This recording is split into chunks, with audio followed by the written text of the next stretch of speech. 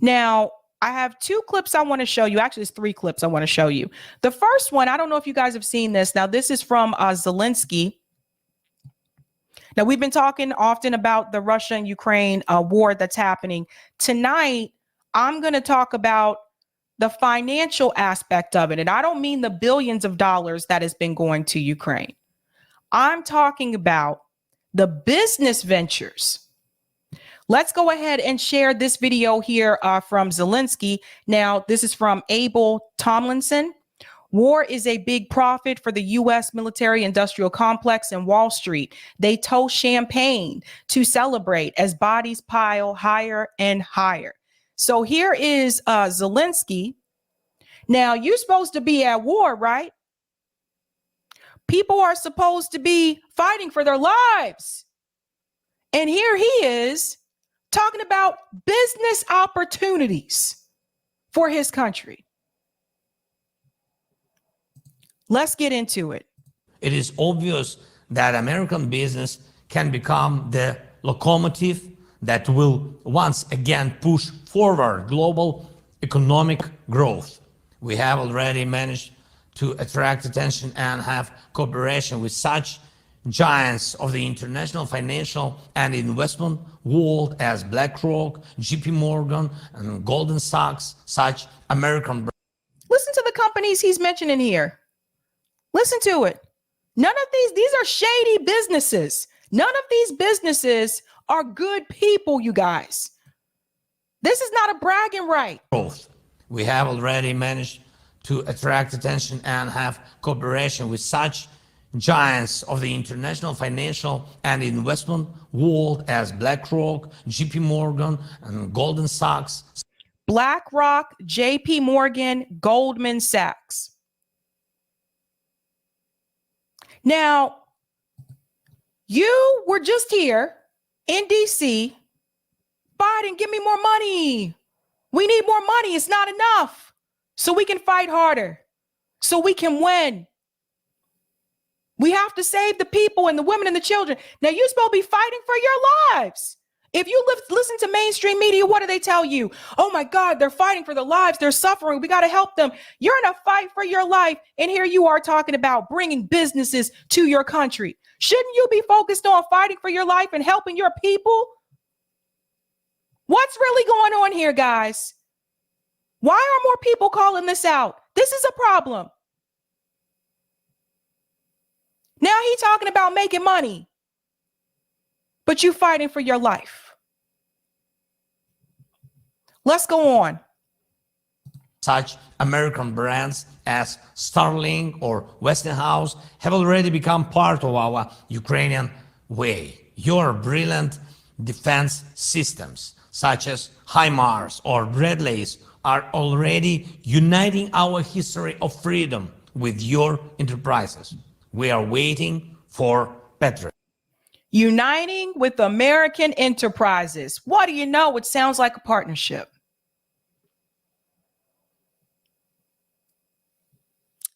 Uniting with the businesses that you have there. This is going to be great for us too. We are looking closely at Abrams. Thousands of such examples are possible. And everyone can become a big business by working with Ukraine in all sectors, from weapons and defense to construction, from communication to agriculture, from transport to IT, from banks to medicine. He just said the quiet part out loud. Let's go back. I hope more people call this out. Listen to when he says everyone can work with us. Watch. Patriots. We are looking closely at Abrams. Thousands of such examples are possible. And everyone can become a big business by working with Ukraine in all sectors, from weapons. What does he mention first? Weapons. Everyone can work with the businesses. These businesses can work with Ukraine from all sectors, starting with number one, weapons. But I thought the weapons were for them to win. So he said the quiet part out loud that the weapons are, it's a business deal. War is a profit. Thank you for letting the cat out the bag, Zelensky, because a lot of Americans do not realize that. Weapons first. Let him go on. And defense to construction, from communication to agriculture, from Construction, communication, agriculture, transport to IT, from banks to medicine. IT, banks, and medicine. Well. Django says business is open. You guys see what's happening here? Let's go on. And I believe that freedom must always win.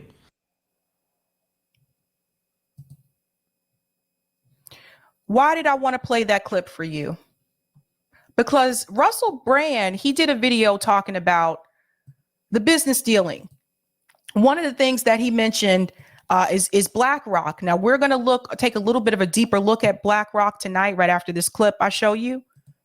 BlackRock is very, very troublesome. Listen to what Russell Brand says, because he was trying to warn people about this, about the businesses, the money. After the war, BlackRock get to profit from rebuilding Ukraine. But we're still in the war now, so who's going to profit? It's the weapons industry. The main... After the war, BlackRock gets a profit. Here it is again. After the war, BlackRock get to profit from rebuilding Ukraine. But told you, it's all about profit. If there was no profit, do you think we would be having as many of these wars that we have?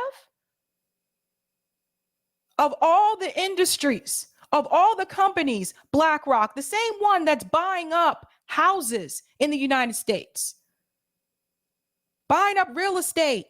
Yes, boy for love. Follow the money. Let's go on. That was a bad place to pause this. Sorry. we're still in the war now, so who's going to profit? It's the weapons industry. The mainstream media have admitted that Ukraine is a weapons lab for the West. They sound better than that when they explode. These weapons are brilliant. Hello there, you 6 million awakening wonders. Thanks for joining us on this voyage towards truth and freedom. Be present in this moment is the only thing that's real. Awaken personally so we can awaken collectively. Don't be deluged in the lies of the mainstream media. Do not fall into hate. Do not fall into thinking that your life is about who you oppose. We have to form new unity, new unions, so that we can confront the very real establishment power together. Today's story is about the Ukraine being used as a weapons lab. Essentially, many of the weapons that are being sent by the US military-industrial complex are being trialed for a future conflict. Oh, that'll be good. So if we don't die in Armageddon as a result of this proxy war between America and Russia, we can die in the actual war between America and China. Phew, something to look forward to then. Ukraine has turned into a lab for Western arms as the war has given the US and its allies an opportunity to see how their weapons fare. This is from antiwar.com, right? That's another one you can follow, you guys. I always tell you, like, World Socialist website is a good one, but antiwar.com is also another good one. But yeah, look at this. Ukraine has turned into a lab for Western arms as the war has given the US and its allies an opportunity to see how their weapons fare in a conflict with a major military power like Russia. CNN reported that. Let's go on. In a conflict with a major military power like Russia, CNN reported on Monday. A source familiar with Western intelligence on the war told CNN that Ukraine is absolutely a weapons lab in every sense because none of this equipment has ever actually been used in a war between two industrially developed nations. Normally we like to bomb people who don't have any weapons at all. Bomb a terrorist, bomb a wedding, bomb two weddings, do another terrorist in a minute. So this, in a sense, is very legitimately a real opportunity to trial these weapons. Ukraine has become a testing ground for state-of-the-art weapons and information systems and new ways to use them. I'm pausing right there for a second because notice this piece here where he says information systems and weapons. What did Zelensky just say in that video clip that I just showed you? He said in all different sectors, First, he said weapons, and then later on, he also mentioned IT. Western political officials and military commanders predict could shape warfare for generations to come. The problem is there won't be generations to come if we keep provoking former and actual superpowers. Russia, they've been on decline since the Soviet Union when we made that deal with them not to infringe on former Soviet Union territories. Let's provoke them. China, they're probably not that hard, but why take my word for it? I have, after all, got this hat on. Let's listen to the Ukrainian Minister of Defense. He surely knows something about Ukrainian defense and how it's being ministered. Ми виконуємо місію НАТО сьогодні. This guy's a fucking liability, by the way. He keeps turning up on television and goes, yes, of course it is a proxy war. Yeah, we're testing weapons. You're saying that Ukraine is de facto NATO member. It's true. It's a fact. You're going to get a phone call from Zelensky. Без втрати їхньої крові, з втратою нашої крові. We carry out the mission of NATO today without the loss of their blood, with the loss of our blood. Wow. So there is a pact, because wars like Vietnam, Korea, Afghanistan became unpopular because America doesn't like to see its children coming home dead. There's now an agreement outsource the conflict in order to confront opponents, but without the bad PR of the loss of American lives. Okay. And also, look, it is the mission of NATO, explicitly. Crazy. This is the This is true. When we talk about the Vietnam War, remember, that was the last time, I talked to Chris Hedges about this too, that was the last time you actually saw war televised, at least in the United States. And I really do believe, because Americans saw the casualties, not the people who were fighting, the soldiers, but the civilian casualties, because Americans saw that it wasn't just adults, it was children and things like that. That really turned people off from that conflict. And there was an anti-war movement at one point during this time in this country. I don't know what happened to that.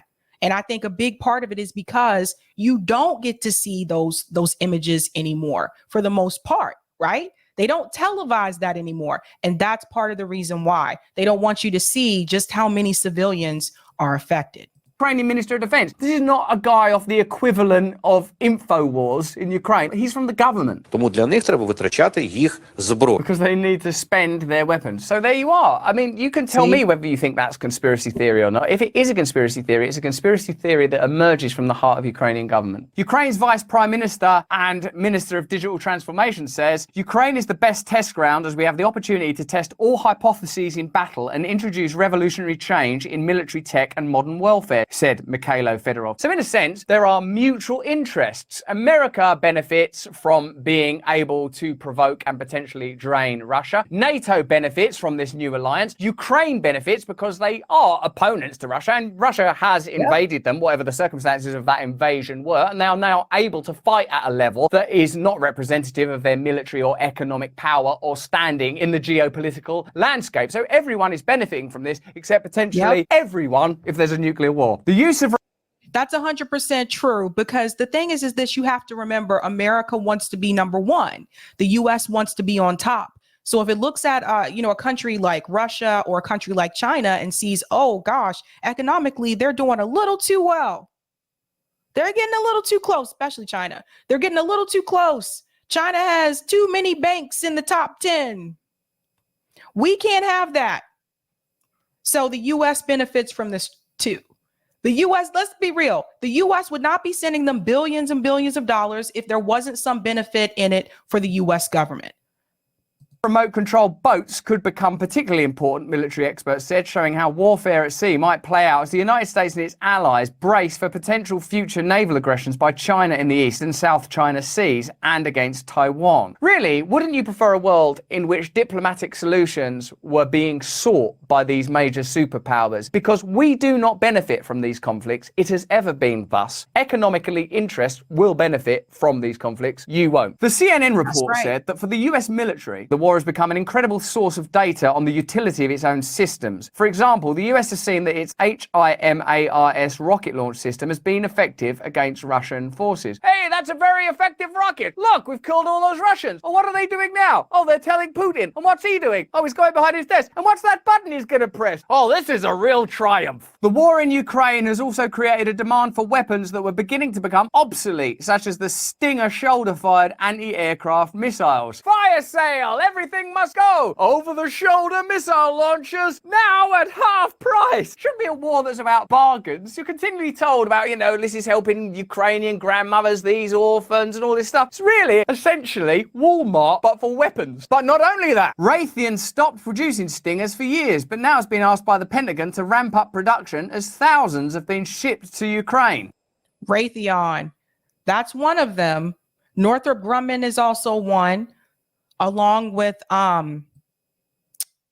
Lockheed Martin. Those are the ones that tend to benefit from this. So you'll notice this too. I've known people that have worked for Raytheon. Typically, when there isn't a conflict going on and they're not having that production of defense weapons, that's usually when Raytheon will do a lot of layoffs.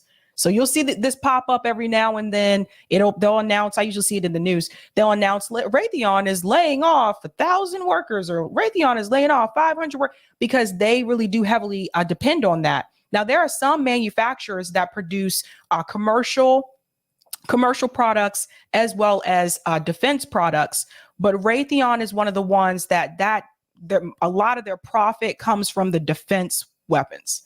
So just keep that in mind. Like I said, everybody benefits from this except for us. So Raytheon benefits from it, the U.S. government benefits from it, and Ukraine benefits from it. We're the ones that don't benefit. Nothing happens for us. So just keep that in mind. Let's see how the mainstream media covers this contentious issue of arms sales and spending billions of dollars of taxpayer revenue on a war that could lead to a global conflagration. I expect it will be balanced and transparent. A secret location, a precious weapon. Fetishizing the weapon. A precious weapon. Look at you, baby. The High Mobility Artillery Rocket System, or HIMARS, a powerful gift from the United States to Ukraine. A powerful gift, a sexy weapon. It's going to be so good to get that radioactive rain tumbling onto my face, knowing it was such a sexy phallic missile that provokes the conflict. So far, they've only received 4 of these launches, but the scorch marks on the Earth show they've been busy. When I see a scorch mark on the Earth, I think, yay, we've been busy, baby. Hopefully, if they get the maximum number of weapons possible, the whole Earth will be one bloody great big scorch mark. Brilliant. The operators say its accuracy and range, about 44 miles, allows them to hit important sites deep inside Russian-controlled territory. The local pro-Russian forces were in no doubt.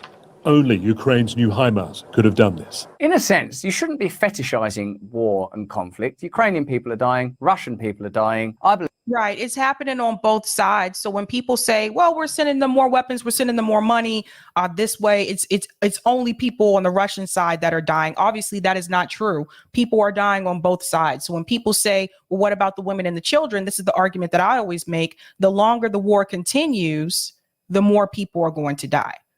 That no one is ultimately benefiting from this except for the most elite interests in the world. In another sign of the HIMARS' ability to influence this war, Ukrainian leaders can't stop saying thank you.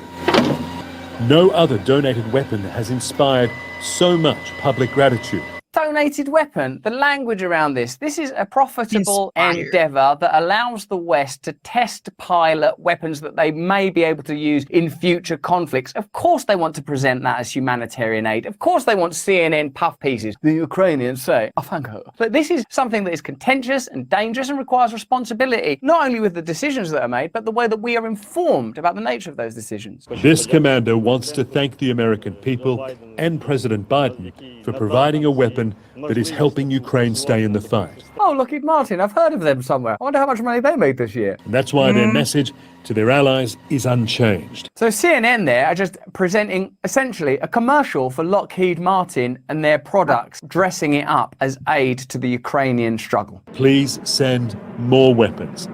Exactly. That was basically free advertisement. That was free advertisement for Lockheed Martin. Now, don't worry, more weapons are coming. That's the news. Lockheed Martin announced recently that it plans to expand its production of the High Mobility Artillery Rocket System, better known as HIMARS, or HIMARS, by more than 50%. So it's a good job that there's a commercial right in the middle of the news saying that we need more of them. The decision follows months of positive publicity for the weapons system on the news, which seems to have sparked increased interest from governments in Eastern Europe. Of course it does. That's propaganda. That's the function of propaganda. The announcement comes just a month after the army said it wanted to double HIMARS production and triple production of certain types of artillery in response to the war in Ukraine. This type of boost would require new or at least dramatically expanded production facilities, raising concerns that it will be difficult to scale back down in the future. Hopefully we can have another war then. Keep production just rolling on. Large defense companies are already seeing their share prices go up as investors anticipate the impact of the war on profits. Pause there. See, this is what I'm talking about right here. Large defense companies are already seeing their share prices go up as investors anticipate the impact of the war on profits. That's from Sky News. This is what it's all about. Profit. The impact of the war on profits. As of June 2022, Lockheed Martin has seen an increase of 14%. Of course they have. They've got CNN on board doing news broadcasts that essentially highlight the demand for their product as a pious endeavor. Jack Reed, They're all in on it, and that includes mainstream media. Democrat, and Jim Inhofe, Republican, recently proposed a new amendment to this year's National Defense Authorization Act. The proposal would give the Department of Defense wartime powers that would free it to buy huge amounts of artillery and other munitions using multi-year contracts. Of course, we mention that to highlight that whether you are pro-Democrat or pro-Republican, you are pro the military-industrial complex, you are pro your tax dollars being spent on this war. And bingo. Bingo. And I'm going to go ahead and stop it right there because I do want to get to that other video. But if you want to see the full video, it's on Russell Brand's channel. It's called It Begins. And you can look for this hat because he has on the hat in that video. But yeah, if you want to watch the rest of it, I definitely recommend that you finish the rest of that video. But what I also want to show you is a little bit here about BlackRock, because I've talked about them on the show before. And I noticed from some of the comments in the chat, people are like, well, what exactly is it? Why is BlackRock bad? Now, again, they stand to make a profit off of this war. So let's take a little bit of a dive into BlackRock and why BlackRock is a problem. The name of this video is called BlackRock, the most evil business in the world. This is a company most people have never heard of, and this company quite literally owns the world. Most US banks are controlled by BlackRock. BlackRock owns all the major pharmaceutical companies. BlackRock owns most of the mainstream media, and BlackRock oversees roughly 10% of all stocks traded worldwide. And this company is now taking over governments. Look at the names of the companies, guys. I'll see if I can pause it fast. This is a company most people have never heard of, and this company quite literally owns the world. Most US banks are controlled by BlackRock. BlackRock owns all the major pharmaceutical companies. I'm sorry. I was trying to pause it and it didn't pause right where I wanted it. Sorry, guys. You have to hear this again. This is a company most people have never It's the remix. heard of, and this company quite literally owns the world. Most US banks are controlled by BlackRock. Number one, most of the banks they control. Wake up, people. We got to wake up. They control the banks. We're not just talking about companies here. When you have control over the banks, you have immense power. Immense power. But it doesn't stop there because they also have control. BlackRock owns all the major Boom. Right here. GSK. Pfizer, Johnson & Johnson. Oh my God, what a surprise. Does it all make sense? It all makes sense now. Let's keep going. pharmaceutical companies. BlackRock owns most of the mainstream media. They control the media. CNN, Fox News, MSNBC. Does it all make sense now, guys? So they got the banks, they have the media, and they have big pharma. So you'll see why these mainstream media networks have the talking points that they have when it comes to big pharma. Why would they be against Medicare for all? I wonder why. Let's go on. and BlackRock oversees roughly 10% of all stocks traded worldwide, and this company is now taking over governments. All of this has allowed BlackRock to amass $10 trillion in assets. Yes, trillion. BlackRock is worth half of America's total GDP. It's so crazy that the US and Chinese government now rely on BlackRock to escape recessions, with BlackRock's founder and CEO now sitting on the boards of the influential Council on Foreign Relations and the World Economic Forum. In the words of Henry Kissinger, whoever controls the money controls the world, and no other company in history has had this much global influence. And what's even crazier is that BlackRock did this in just 34 years. But you want to know the best part? You've probably never heard of them for a reason which will become clearer later on, because after you watch this video, you will soon understand the real-world consequences of BlackRock's vast control. Full-scale invasion, the likes of which we haven't seen since World War II, of Russia into Ukraine. And those high gas prices mean the cost of everything that needs to be transported is on the rise. So then how could BlackRock gain so much influence over the world? How could BlackRock go from being just a boring investment firm to the most powerful company that has ever existed? Well, to start, we have to delve into the past of how Larry Fink made BlackRock. Larry was born into a wealthy Los Angeles family in 1952, and from the start, he was always hungry for power. So the CEO of BlackRock was born in a wealthy family. So he already had money. He was born into it and produced more wealth.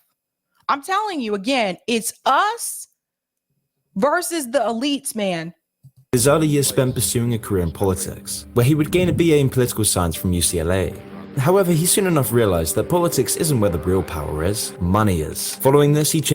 What have I been telling you guys? Politics isn't where the real power is, money is. He realized that.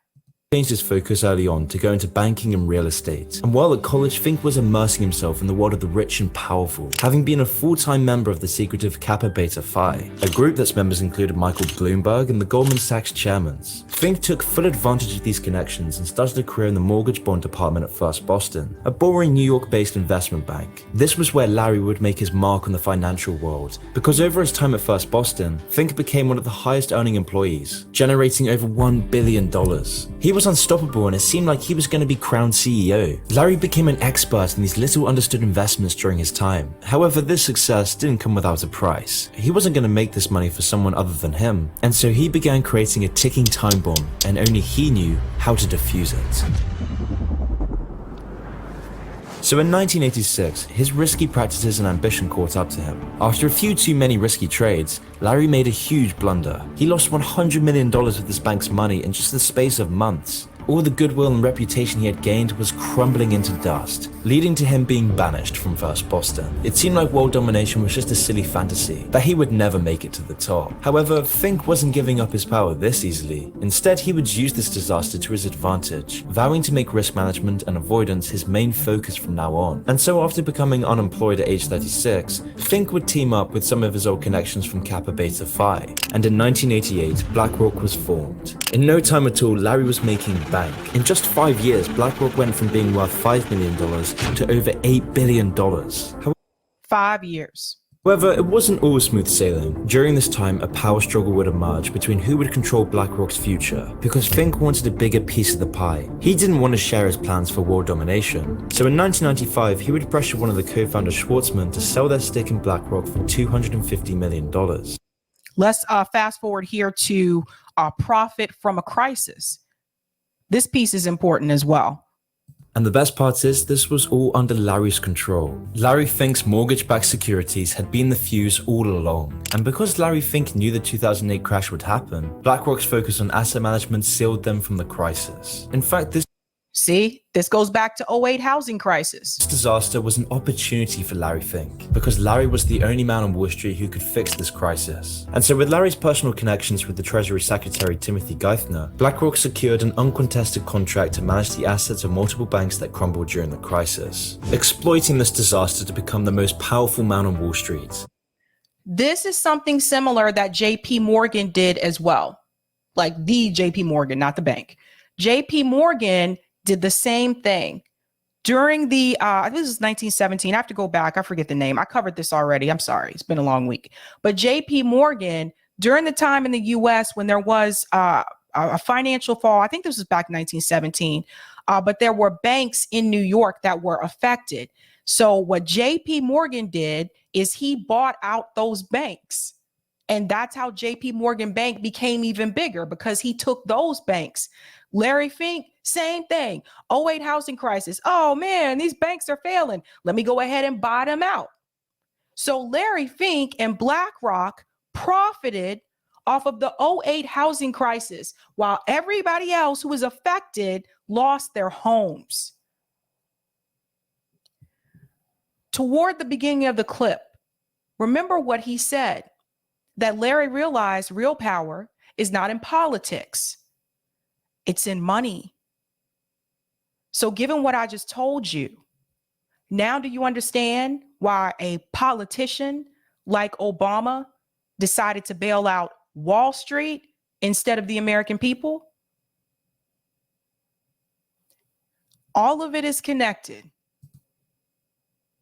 But still, this was only Wall Street. This still wasn't close to world domination. So how could Larry Fink control governments and the world economy? Well, BlackRock made another breakthrough by offering ETFs. Now this might sound quite technical, but ETFs are a type of investment fund that puts money into all the companies in a certain industry. And these new investment funds proved wildly popular because of the stability and solid returns. And unsurprisingly, BlackRock became the largest player in this new market, reaching the top of its industry, sucking up money from everywhere using its new money management platform. From the biggest banks to the smallest retirement funds, BlackRock had a hand in it all. BlackRock was starting to control everything. They bought stakes in pretty much every major corporation on the stock market. I mean, if you look into who owns pretty much any major company, you're almost guaranteed to find BlackRock's name. Larry could also see the power technology would have in the future economy, which is why BlackRock poured masses of wealth to build a supercomputer that analyzes what investments will make money. This program, named Aladdin, would go on to manage over $20 trillion worth of assets for BlackRock. For context, $20 trillion is more than the entire United States' GDP. BlackRock would then use this money and its assets to further exert their control over the economy, and now they are inextricably tied to governments.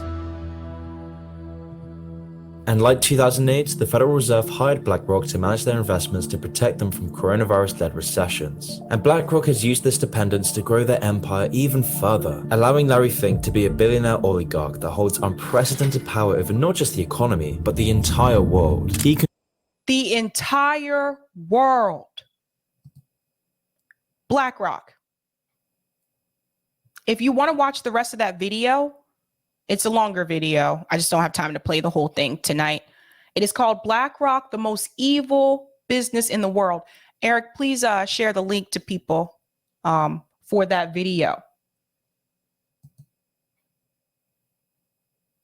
Power in the world, not just in the US.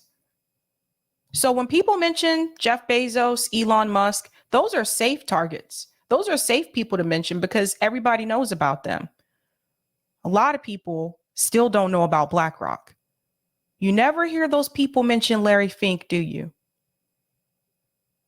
Even Bernie Sanders, when he calls out Jeff Bezos, everybody calls, these are the safe ones to call out. Call out Jeff Bezos. We're going to take on that greed from Amazon. We're going to take on Jeff Bezos. But you never hear them mention taking on Larry Fink. Pay attention to that. Now, that crisis I was referring to, it was 1907. I got the date. I got to show you the thing here too. I did a story on this about JP Morgan. I think this was a couple weeks ago when I covered this. It was the panic of 1907. JP Morgan and the money trust. So JP Morgan actually came in and they basically bailed out the federal government. And this was during the another severe financial crisis. Go back and watch, Eric, if you can find that video, if you remember which one it was, let me know. But I believe that was a couple weeks ago when I covered that story, and I can share the link with people because I did a deeper breakdown in reference to that. It's the Richard Wolff one, Eric. It's the one that says Richard Wolff calls out the banks. There should be a clip of it. But yeah, that's where the real power lies. We just have to pay attention to things like that. But most people have no idea what BlackRock even is. It's almost like they're hidden in a way, but they're dangerous. So they're going to gain even more profit from this war in Ukraine. trillion-dollar company. I'm going to go to some of the comments here. Thanks for the super chat, Cryosynth. 2015 Reno Gazette Journal. Reno police head to Ukraine for 2-month training mission. This was after the coup. Who do you think the mission targets were? I don't know, but why this police mission? That's a good question.